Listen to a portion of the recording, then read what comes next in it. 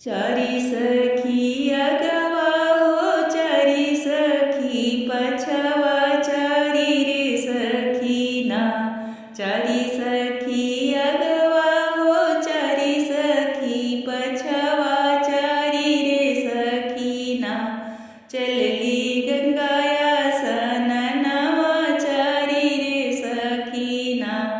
चलली गंगाया सननवा चारी रे सखी ना। कवन सखी लिहली हो दही के गगरिया कवन सखी ना। बंधली चिरा के मोटरिया कवन सखी ना। बंधली चिरा के मोटरिया कवन सखी ना। कवन सखी लिहली हो गुड़वा मिठैया कवन सखी ना। कवन सखी लिहली हो गुड़वा मिठैया कवन सखी ना।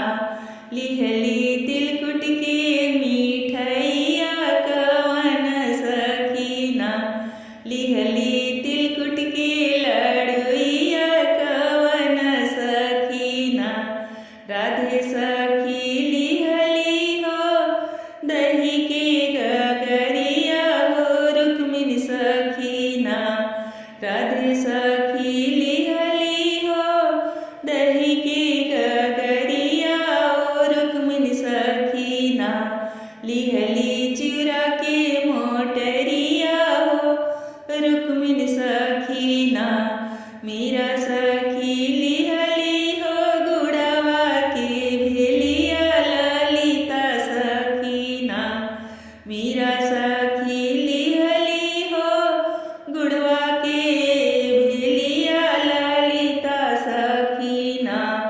लिहली तिलकुट के लड़ुइया ललिता सखी ना।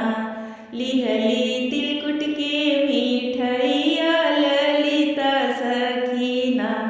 चारी सखी अगवा हो चारी सखी पछवा चारी रे सखी ना।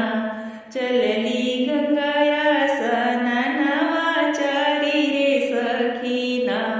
चलली गंगाया सननवा चारी हो सखी ना। गंगा माई के घटिया पर दही चिरा तिलकुटवा सोहावन लागेला। गंगा माई के घटिया पर तिल चाउर चिउरा सोहावन लागेला। दही चिउरा के थरियावा सोहावन लागेला। दही चिउरा के थरियावा सोहावन लागेला। चारी सखी अगवा हो चारी सखी पछवा चारी रे सखी ना। चलली गंगाया सननवा चारी रे सखी ना। चलली गंगाया सननवा चारी रे सखी ना। हैप्पी मकर संक्रांति खिचड़ी की आप सभी को हार्दिक शुभकामनाएं एवं बधाई हो। धन्यवाद। राधे राधे। जय श्री कृष्ण।